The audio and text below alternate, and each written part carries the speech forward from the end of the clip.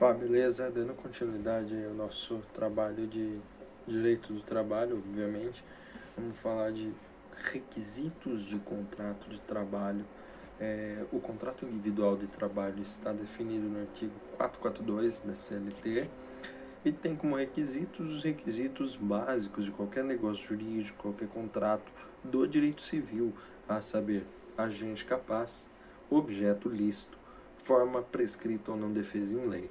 Vamos falar primeiro do agente. Agente capaz é aquele que tem aptidão para contrair direitos e adquirir obrigações.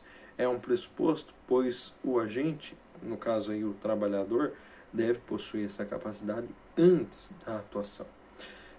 Ou seja, por capacidade nós entendemos idade e sanidade. Faltando um desses, já não se pode falar em agente capaz. A exceção para esse requisito é o menor aprendiz, que trabalha desde os 14 anos, mas tem toda uma legislação específica para o caso, certos outros requisitos que ele deve cumprir.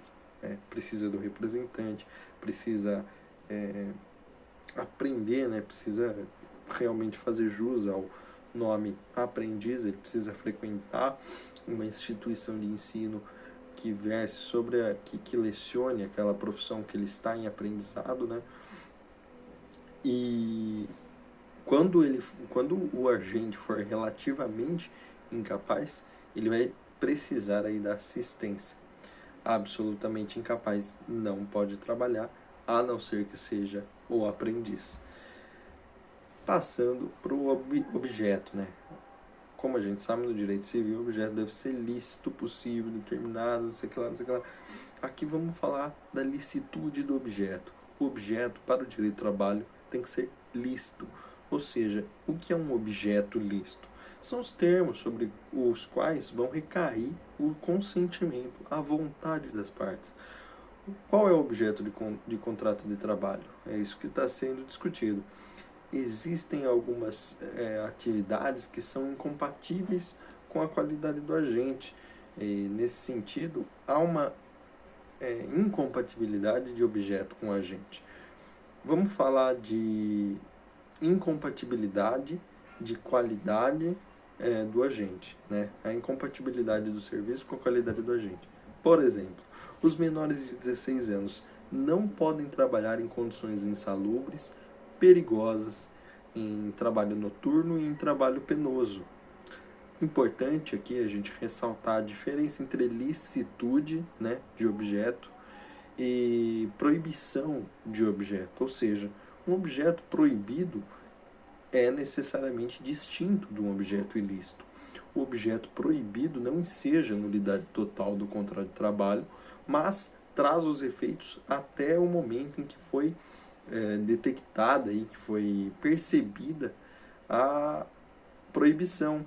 Então vamos supor a mulher no trabalho braçal, o objeto é proibido, o menor que está trabalhando em insalubridade também, objeto proibido, e de repente um servidor público que trabalha, mas não prestou o concurso. Ora, não se pode invocar uma lei, não se pode invocar a licitude, a proibição, e prejudicar o trabalhador. Se eu falar que o trabalho do menor sob condições de insalubridade é proibido, aquilo não pode ensejar uma nulidade total do contrato de trabalho. Então, o momento em que foi trabalhado pelo menor em condições insalubres, ele vai receber as verbas tudo direitinho, mas a partir daquele momento não se pode mais falar em trabalho daquele menor em condições insalubres. Ou seja, em casos de trabalho com objeto proibido, o ato é anulável. Tudo que foi praticado até ali é válido, mas a partir da declaração de anulabilidade, não vale mais, não se pode mais praticar aquele objeto proibido. Isso porque nós não podemos invocar uma norma para proteger e ela acabar prejudicando o trabalhador. Por isso o agente, aí no caso, vai receber todas as verbas. Isso foi falado, inclusive, para fazer a distinção, finalmente, da ilicitude do objeto. O que é um objeto ilícito? É uma atividade contrária à lei. Eu contratar um segurança para minha biqueira. Eu contratar um motorista para transportar cocaína.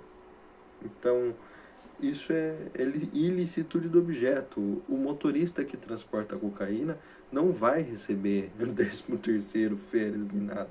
Porque o contrato de trabalho é viciado no todo. Ele é nulo. Ele não é anulável, corrigível. Ele é nulo. Ele, desde o momento em que vigora, já é nulo. Então, com isso, nós finalizamos a parte do objeto. Vamos falar agora de forma prescrita ou não defesa em lei. Forma prescrita ou não defesa em lei é o veículo através do qual se exprime a vontade das partes, é a forma pela qual as partes vão manifestar a vontade. Essa forma, no direito do trabalho, é livre, então pode ser por escrito ou pode ser verbal. Para isso, pega a legislação, como eu sempre falo, acompanhe os vídeos com a legislação, abram aí no artigo 443 da CLT.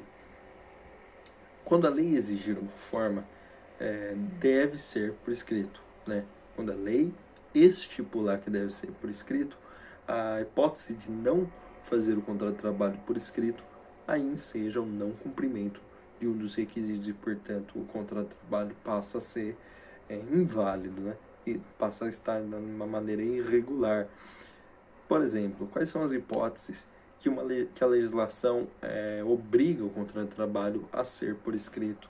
Isso vale para o atleta profissional, para o aprendiz, para o artista, para o representante comercial. Isso, nesses casos aí, precisa ser por escrito. Quando é por escrito, há uma certeza da autenticidade, uma garantia da livre manifestação das partes, um realçamento da vontade e, mormente, aí, a facilitação da prova para o direito do trabalho, para o processo do trabalho. Quanto à forma de manifestação aí dos contratos, né? Primeiro falamos aí se vai ser escrito ou verbal, né?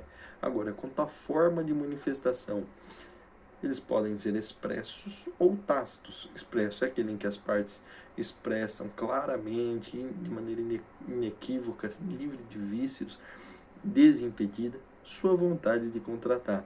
E tácito é quando não se fala nada, se presume ali, aceita o cara trabalhando. Por isso as empresas têm tanto controle na questão aí do fluxo de empregados dentro da empregadora. Por exemplo, se eu, que não sou empregado da empregadora, entrar lá e começar a trabalhar e por algum motivo aquilo lá for muito grande, for uma empresa enorme, não me fiscalizarem, eu vou estar trabalhando. Eu posso ir todos os dias, que nunca vão perceber que eu não sou empregado. Então, por isso existe um controle bem rígido para que não haja a configuração do contrato de trabalho de maneira tácita, né? Então, beleza, fechamos aí a parte de forma de manifestação. Quanto à vontade, já falei que ele pode ser verbal ou escrito. Quanto ao prazo, ele pode ser determinado ou indeterminado. Isso é muito importante porque existem formas de extinção específicas para contrato de trabalho por prazo indeterminado e para prazo determinado. Via de regra, será prazo indeterminado. E a exceção, prazo... Peraí, eu acho que me confundi. A regra é o prazo indeterminado e a exceção é prazo determinado. Prazo determinado está aí no parágrafo 1º. Considera-se como de prazo determinado o contrato de trabalho cuja vigência depende de termo prefixado ou de execução de serviços especificados ou ainda da realização de certo acontecimento suscetível de previsão aproximada. Existe uma predeterminação do fim no contrato de trabalho por tempo determinado.